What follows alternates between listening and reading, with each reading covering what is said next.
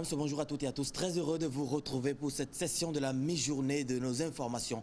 En provenance de nos régions, nous irons à Porto-Novo où, à la direction des examens et concours, nous prendrons connaissance des difficultés liées à la préparation des examens de fin d'année, notamment le certificat d'études primaires. Nous aurons également autre information, le lycée technique commercial de Porto-Novo qui devient le centre départemental de composition pour l'obtention du certificat d'aptitude professionnelle. Nous irons à Parakou, mais tout de suite, allons dans le département du Zou, un arbre qualifié de fétiche qui a pris feu tout seul dans l'après-midi de ce jeudi à Boycon. Les populations alertées par les flammes sont venues sur les lieux pour s'en apercevoir. Phénomène que l'on rattache sur place au monde des invisibles.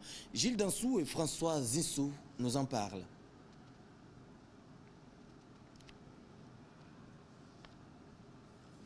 Puisque cet élément n'est pas en place, allons tout de suite à Parakou pour retrouver Silver Savi. Silver Savi, après qui nous viendrons tout simplement dans le département du Zou pour voir cet élément. Silver Savi, si vous êtes de l'autre côté de Parakou, qu'est-ce qui fait l'essentiel de l'actualité?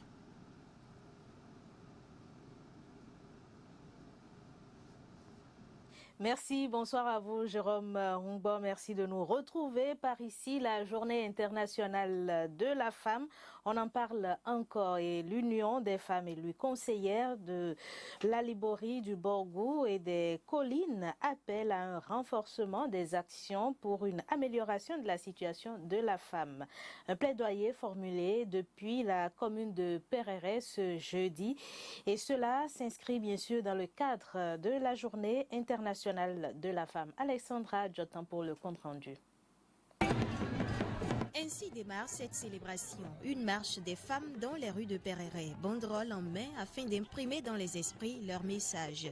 Égal accès des femmes aux facteurs de production, les femmes élues conseillères veulent voir cette égalité se concrétiser.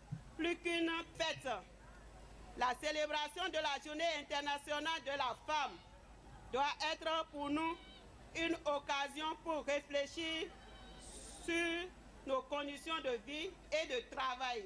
Cette année, le thème objet de notre réflexion est le suivant. Égal accès aux facteurs de production, gage d'un développement durable. Permettez-moi de citer le secrétaire général de l'ONU, M. Ban Ki-moon, qui disait « Les pays dans lesquels les femmes sont traités au même pied d'égalité que les hommes, jouissent d'une meilleure croissance économique. » On comprend donc aisément que toutes les fois que la femme a accès aux facteurs de production, aux instances de décision, aux postes de responsabilité, les résultats probants sont notés.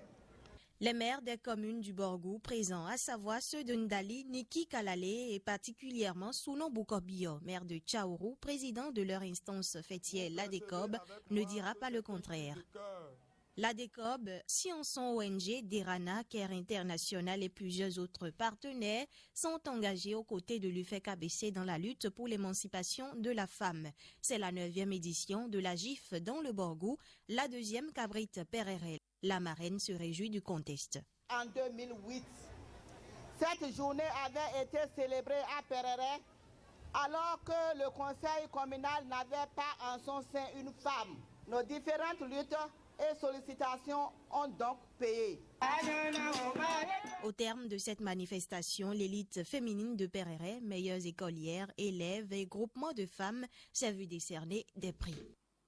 Toujours journée internationale des femmes à Djougou, le réseau ouest africain des jeunes femmes leaders du Bénin a rassemblé les femmes pour une sensibilisation sur les maux qui minent l'épanouissement de la jeune féminine. Échanges et caravanes étaient au rendez-vous. Emerida Pesoton.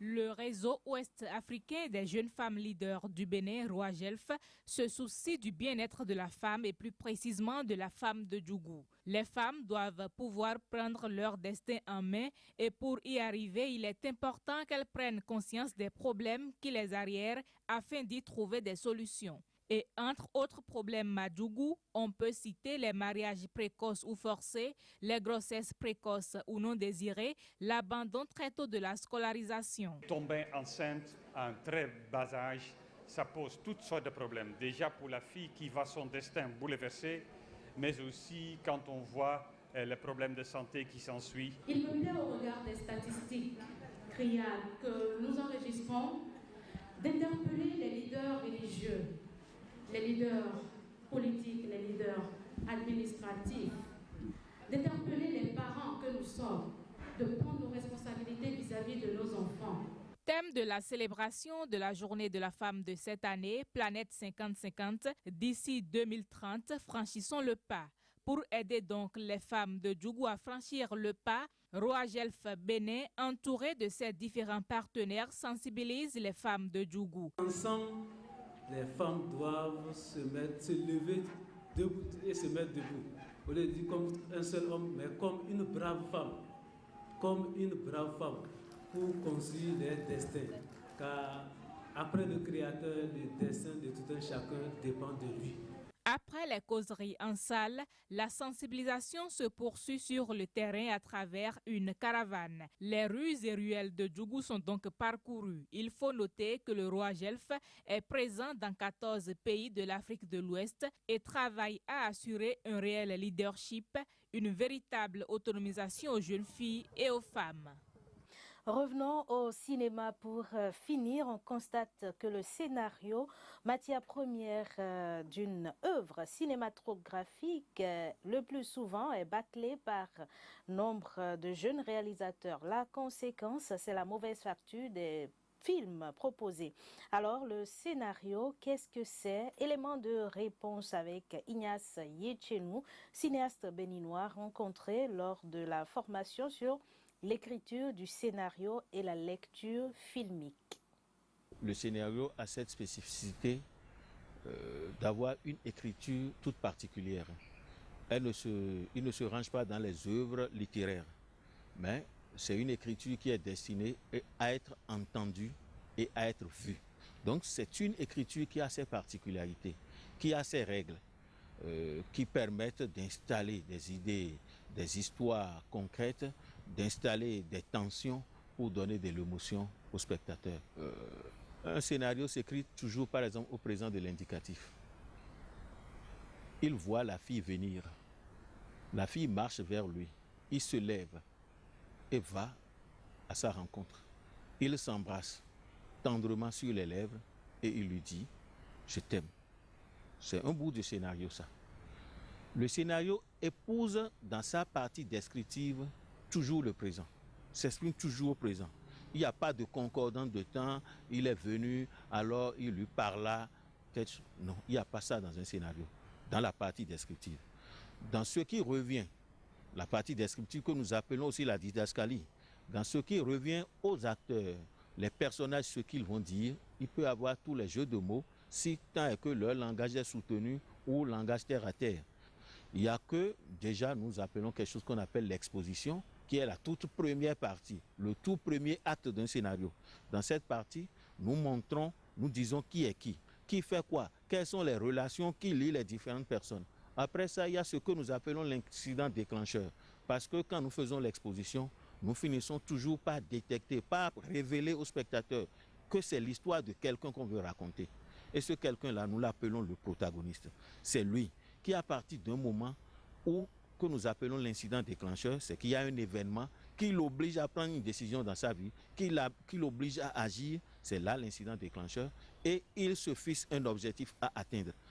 Par les règles de la dramaturgie, nous faisons tout aussi pour que cet objectif qu'il vise soit sympathique au public.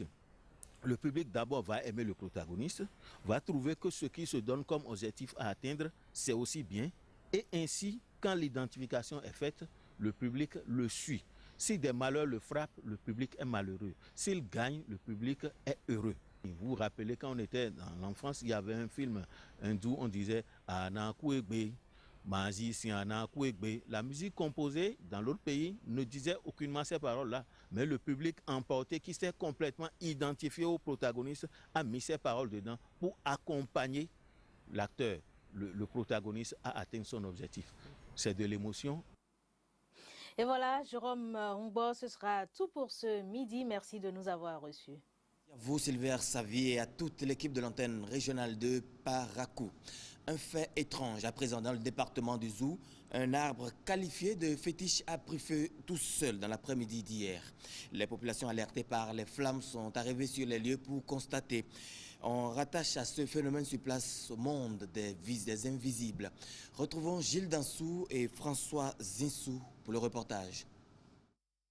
Curieuse attraction des populations du Boycon cet après-midi de jeudi. Cet arbre a pris feu seul devant le regard impuissant des populations. Phénomène étrange qu'on rattache au monde des invisibles. Ça là, c'est quelque chose qui se passe dans l'invisible. Personne d'entre ici ne peut expliquer ce qui se passe là. Ceux qui sont dans l'invisible seuls peuvent expliquer ce qui se passe là. Même les féticheurs qui, s'ils viennent maintenant, ne peuvent pas expliquer ça. Ceux qui travaillent dans l'invisible, parce que ce qui se passe là, c'est l'invisible. À n'importe comment, on ne veut pas dire que c'est feu ou bien je ne sais, c'est quelqu'un qui a mis feu. Parce que l'arbre là, il y a des feuilles là-dessus. Ce n'est pas un arbre sec qu'on peut dire maintenant que parce que c'est déjà sec là, il y a un peu de feu et ça a commencé par brûler, on ne peut pas dire ça. Notre interlocuteur va encore plus loin. C'est un arbre de fétiche. Ça là que vous voyez maintenant, qui brûle comme ça, c'est une arbre fétiche. Arbre fétiche contient des choses à l'intérieur qui peut à tout moment prendre feu. Si par hasard, parce que vous savez, ici que nous sommes maintenant, si vous interviewez les sorciers maintenant, seuls les sorciers maintenant peuvent décrire. Parce que eux, ils exploitent les espaces visibles et l'invisible. Loin d'interroger quelques sorciers que ce soit, on constate que le phénomène continue. L'arbre brûle jusqu'à notre départ des lieux. Alors, qui peut éteindre ce feu? Question. Si celui qui a mis le feu n'est pas d'accord, l'individu, l'être humain qui a l'eau en main, raccord ou bien groupement des sapeurs-pompiers là, s'il n'est pas d'accord, le feu peut tomber sur cet individu-là. Donc c'est pour cela que ce qui se passe, ce n'est pas quelque chose qui est physique, c'est invisible. C'est invisible. Donc ce qui est invisible, il ne faut pas s'approcher avec le visible. Un cordon de sécurité est mis en place par les sapeurs-pompiers arrivés sur les lieux pour le constat. Merci à vous Gilles Dansou et François Zinsou depuis le Zou. Allons tout de suite dans le département de Lemay et du Plateau également. Sans oublier bien sûr qu'à la DEC, direction des examens et concours, l'heure est au dernier préparatif du CEP, certificat d'études primaires. Alors que le lycée technique de Porto-Novo devient un centre départemental de composition pour l'obtention du CAP, certificat d'aptitude professionnelle. C'est l'essentiel des informations que vous nous rapportez depuis Porto-Novo. Guillaume Avienou, bonjour. Jérôme Mungbo, bonjour. L'actualité des départements de Lemay et du Plateau de ce vendredi reste essentiellement éducative. Nous commençons avec l'examen du certificat d'études primaires, le CEP, qui est pour le 6 juin prochain. La direction chargée de l'organisation du dit examen, la DEC, rencontre quelques difficultés. Des difficultés liées à l'impression des épreuves. Esta Idou, chef service confidentialité à la direction des examens et concours, nous présente la situation. Nous la suivons. Ce sont des duplicopieurs pour tirer les épreuves des examens.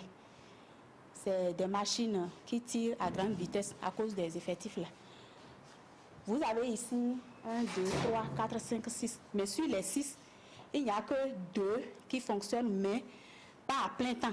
Parce que quand ça s'échauffe, il faut arrêter et continuer après. Et dedans, la DEC membre même ne dispose que d'une seule machine qui fonctionne dedans. Nous avons passé 2 machines au niveau de la DEC supérieure et le maintenancier qui vient nous aider à réparer les appareils nous a passé aussi une machine.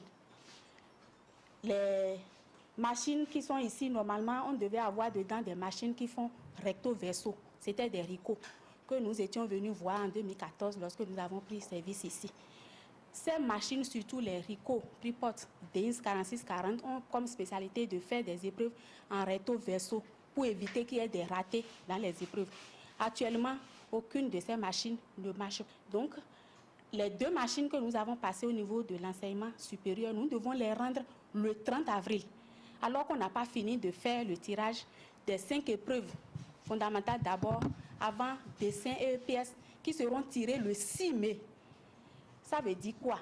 Si nous rendons les machines de la DEC supérieure le 30 avril, lorsqu'on va faire les tirages le 6 mai, nous aurons de difficultés à tirer les épreuves de dessin ou couture et d'EPS pour pouvoir être prêts pour le CPE de juin, la session de juin 2016. Ici, c'est le confidentiel. Nous travaillons avec un effectif très réduit. J'ai avec moi 3 collaborateurs. C'est moi seul qui travaille dans la chambre, vous voyez ici, c'est moi seul qui tire toutes les épreuves. Personne ne doit voir ça, à part le DEC et moi, nous savons seulement ce qui est dans les épreuves. Même pour le tirage, c'est moi seul qui tire les épreuves, qui les met d'abord dans une première enveloppe avant d'envoyer ça dans la salle de conditionnement pour que mes collaborateurs mettent ça dans la deuxième grande enveloppe. Et puis, le lycée technique et commercial de Porto-Novo abrite plusieurs examens de fin d'année, dont le CAP, le certificat d'aptitude professionnelle. Un examen pour lequel les autorités de l'établissement déclarent se préparer puisque le centre de composition du lycée technique et commercial de Porto-Novo est devenu cette année un centre de composition départemental. Suivons le reportage. Du 27 au 29 juin prochain, le lycée technique et commercial de Porto-Novo va abriter l'examen du CAP, le certificat d'aptitude professionnelle. C'est donc dans ces salles actuellement occupées par des élèves de l'établissement pour les travaux dirigés que tous les candidats de l'UEME Plateau font composer pour les épreuves écrites et pratiques, mais aussi sportives des options sciences et techniques administratives et de gestion. Une première à laquelle se prépare l'administration du lycée. Lorsque les listes sont là, nous préparons les classes d'examen. Et après les classes d'examen, nous préparons les listes d'émargement. Les listes d'émargement, les copies des enfants, les candidats qui vont composer. Et ensuite, on attend le jour de l'examen et nous rentrons dans le vif du sujet. C'est un centre qui intéresse beaucoup l'État béninois, surtout l'Office du baccalauréat, qui nous soutient chaque année en apportant une aide assez considérable, surtout en assistance et en matière de sécurité électrique, nous dotant de groupes. Est-ce que vous voyez? Et vous le savez, nos élèves, ce ne serait pas une surprise pour eux. Ils sont habitués, parce que l'outil informatique de nos jours, comme le BIC, ils utilisent ça pour faire tous les travaux administratifs que nous leur donnons. Ils ont des professeurs qui font des rotations au cours des renforcements. Ces candidats seront dans quelques semaines face à leur destin. La période d'avant reste déterminante dans leur réussite ou leur échec. Ils auront besoin de suivi conséquent de la part de leurs parents, avertit le surveillant général du lycée technique et commercial de Porto-Novo. Qu'il n'y ait pas de sortie frivole, que les enfants s'occupent des leçons, qu'ils apprennent tout comme si c'est demain le jour de l'examen. Il ne faut pas qu'ils attendent les derniers moments pour commencer par s'enfermer, au risque de sombrer dans la dépression mentale. Un travail au jour le jour pour espérer tirer son épingle du jeu le jour J, c'est la clé du succès, rassurent les autorités du lycée. On finit avec l'obtention du certificat d'aptitude professionnelle, le CAP, option aide comptable ou option employé de bureau qui offre de nombreuses opportunités d'emploi. Du moins, c'est ce qu'a confié à l'une de nos équipes, Gertrude Daoui. Elle est la censeur du lycée technique et commercial de Porto-Novo. Suivant. Les aides comptables, vous le savez, ils sont les assistants. Ils sont des agents commerciaux qui peuvent assister les intendants. Ils peuvent devenir de petits comptables pour pouvoir passer les écritures, enregistrer les comptes. Par exemple, le compte achat, le compte vente. Et vous savez très bien que celui qui a fait aide comptable, celui-là, il est bien rodé, surtout pour pouvoir affronter le bac G2. Et je ne dis pas forcément que ceux-là qui quittent directement la classe de seconde ne peuvent pas faire le bac. Mais celui-là, il est très fort et puis il est bien concentré puisqu'il y a la forme classique avant d'être assisté par les ordinateurs. Bon, quand nous prenons les employés de bureau, eux, c'est les opérateurs de saisie. Actuellement, il y a encore la machine à écrire qui est en vogue. Bon, ils rédigent des lettres commerciales et puis ils saisissent des tests avec la machine à écrire.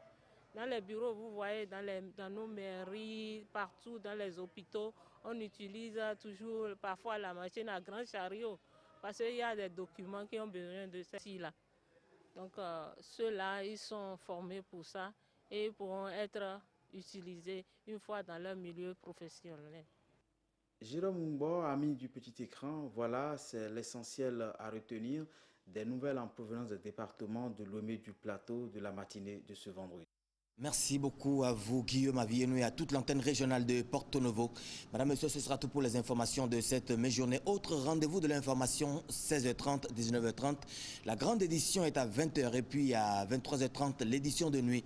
Vous pouvez suivre toutes ces informations sur le site web de l'Office www.ortb.bj. Bon après-midi à tous.